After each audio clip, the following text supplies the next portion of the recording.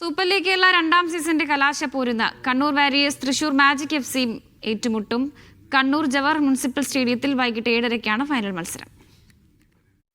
Point നിലയിൽ ഒന്നാം സ്ഥാനത്തുണ്ടായിരുന്ന കാലിക്കറ്റ് FCയെ സെമിയിൽ എതിരില്ലാത്ത ഒരു ഗോളിന് തകർത്താണ് കണ്ണൂർ വാരിയേഴ്സ് ഫൈനലിലെത്തിയത്.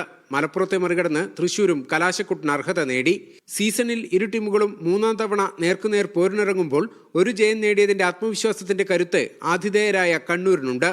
ഹോം മത്സരത്തിൽ 1-1 സമനിലയിൽ നിന്ന ശേഷം തൃശൂരിലെ എവേ മത്സരത്തിൽ ഏകപക്ഷീയമായ 2 ഗോളിന് കണ്ണൂർ മുന്നിലെത്തി. സ്വന്തം തട്ടകത്തിൽ നടക്കുന്ന ഫൈനലിൽ തൃശൂരിനെ മറികടന്ന് കിരീടം ചൂടാമെന്ന കണക്കുകൂട്ടലാണ് കണ്ണൂർ വാരിയേഴ്സ്. മികച്ച ഫോമിൽ തുടരുന്ന സിനാൻ സ്വന്തം നാട്ടിലും പ്രകടനം ആവർത്തിക്കുമെന്നാണ് ടീമിന്റെ പ്രതീക്ഷ.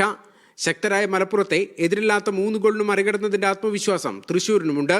അതുകൊണ്ട് തന്നെ കലാശക്കളിയിൽ കനത്ത പോരാട്ടമുണ്ടാകുമെന്നാണ് ആരാധകരുടെ പ്രതീക്ഷ. വൈകിട്ട് 6 മണി മുതൽ സ്റ്റേഡിയത്തിലേക്ക് പ്രവേശനം തുടങ്ങും. മീഡിയ 1 കണ്ണൂർ.